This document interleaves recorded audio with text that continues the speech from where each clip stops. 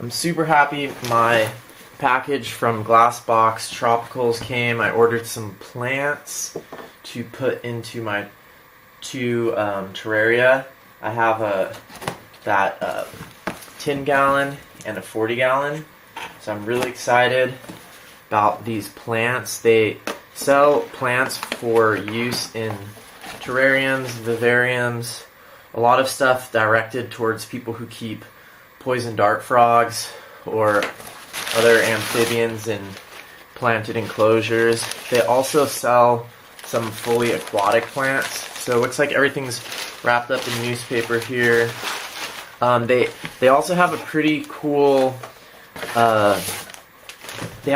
selection of substrate. So for example, tree fern products that are hard to find if you're making an Atlanta botanical garden soil mix, for example. I don't see the invoice in the top here, but it is in the email. Okay, so wrapped up in this newspaper here, this looks like some of the bromeliads. You can see them here. They are not the rooted ones. They're the pups that aren't rooted yet. So it is nice to get already rooted bromeliads, but these will still grow. You can see these were divided from a mother plant, and I'm not remembering the price off the top of my head for these right now. You can see these are all different. I think they're all hybrids. So this one's called Cheers, this one's called Ariel, and this is another Cheers. I think these were all sort of in the $6 or $7 range, so kind of pricey for unrooted pups, I must say. They do look a little bit dry also and slightly damaged. Obviously this is still totally legit for germplasm, and you could propagate them and get more, but just in terms of like a specimen plant to go into a tank right away, it's not super beautiful looking, I wouldn't say.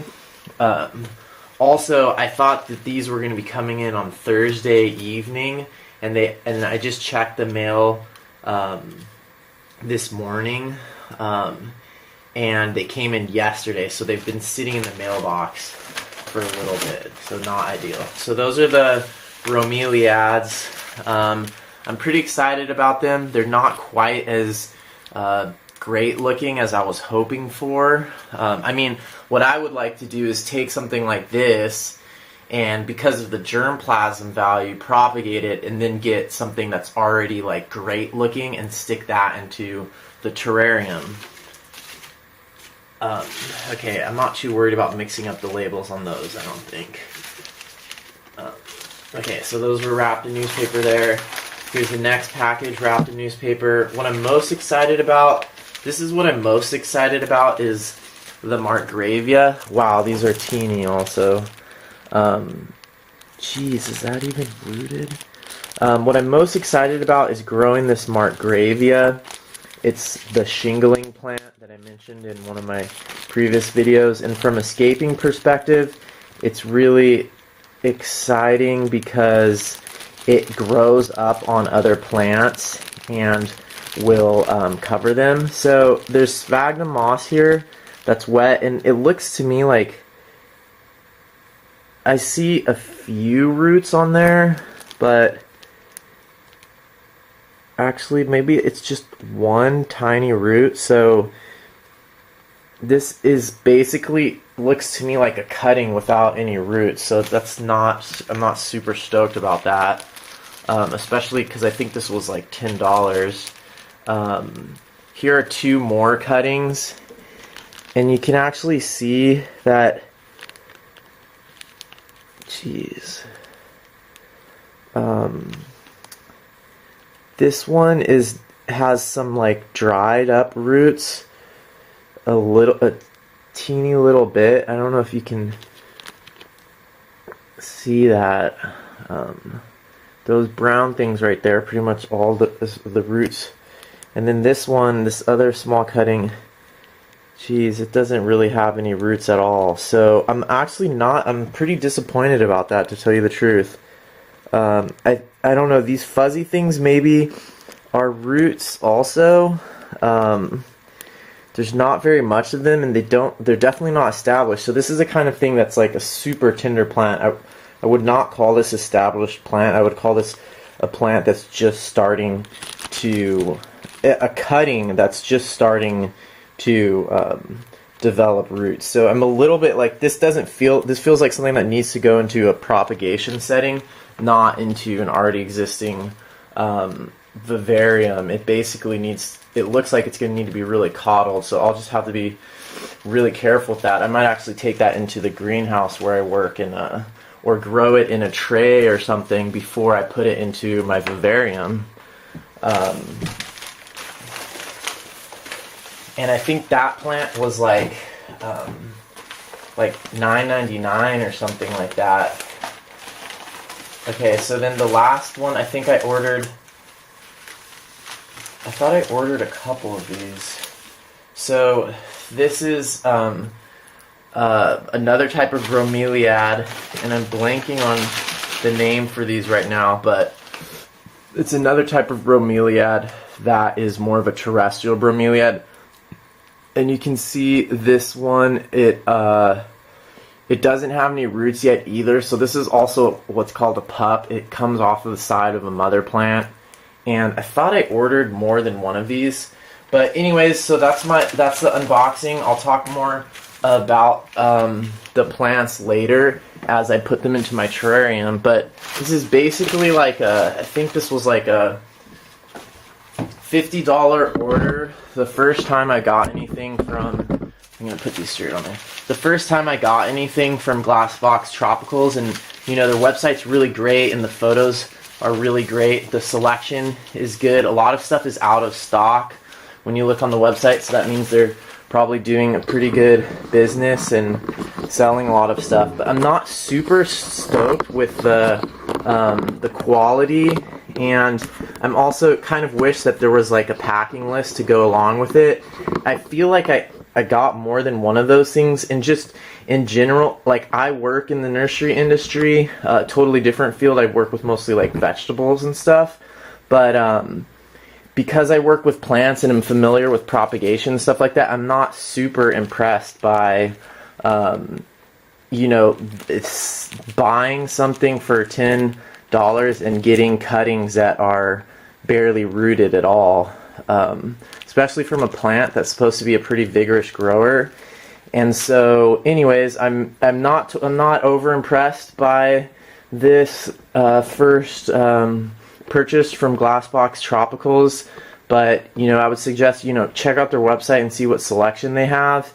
And I don't know who else is really out there that sells similar stuff, so I'm probably going to talk to them and see, you know, maybe I'm pretty bad as far as customers go at complaining about stuff or asking for things, but I think I'm going to mention to them that I was underwhelmed by their product so far. So it's been a few days since I did that unboxing video, and I added in the plants, the bromeliads, they're all neoregelias, and the cryptanthus, also the margravia. I'm a little bit worried about the margravia. I've been trying to be really careful with it because it was barely rooted when I got it, and some of the leaves are slightly wilted. There's 3 cuttings of that stuff, and it's a plant I'm really excited about because it's a shingling plant that would cover some of the background, but I'm a little bit worried about whether it's going to make it or not. The chameleon plant, Hoitonia, is doing really great, and I think it's going to be a lot more vigorous than the other plants, and I'll probably have to keep cutting it back. All the mosses are doing pretty well so far. This orchid in the front, I think it's dendrobium or something like that. It's doing pretty well. The cardamom is doing pretty well back there, and the carnivorous plant up here, the nepenthes, it's so far looks okay, and it looks like it's grown its new incipient little pitchers further out there, so it's it seems to be doing well. The isopods are really stoked, and I think things are starting to fill in a nice way. I put some of this baby's tears, I think it's called, in the front as a sort of creeping plant, and that's a plant that I got for free. It was growing all over the floor in the Carnivorous Plant nursery, and I also found some at the nursery where I work and in my own garden, so I transplanted that. But I think I'm probably gonna have to cut back that chameleon plant to keep it in check. I've been running this LED in here, and it's doing great. It's the one I got from the Bio Dude, and I'm really happy about that. Most of the mosses seem to be doing pretty well in here, including this flat moss, which I really like. I don't know if you can see that, but it has a cool growth habit, and I have some of it back here on the sides too.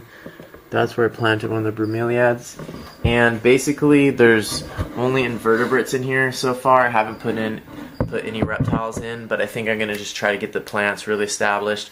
So just a little update on how the plants are doing, and I think that's gonna be the last one in this series on this terrarium, because basically at this point, from building the background and installing the heat mat and doing all the work with the hardscape and then doing the planting, getting everything established is pretty much the whole process. So I hope you enjoyed that video. I hope you're having a great day at home watching this. I had fun making this video, and I always enjoy sharing my learning process. Hopefully you can get some ideas, some inspiration, whether it's about vivariums and terrariums or what have you. I just want to throw out different ideas and share my process while I'm still learning. So let me know if you have any questions, any feedback, anything you want to see more videos about, and I'll catch you next time. Bye.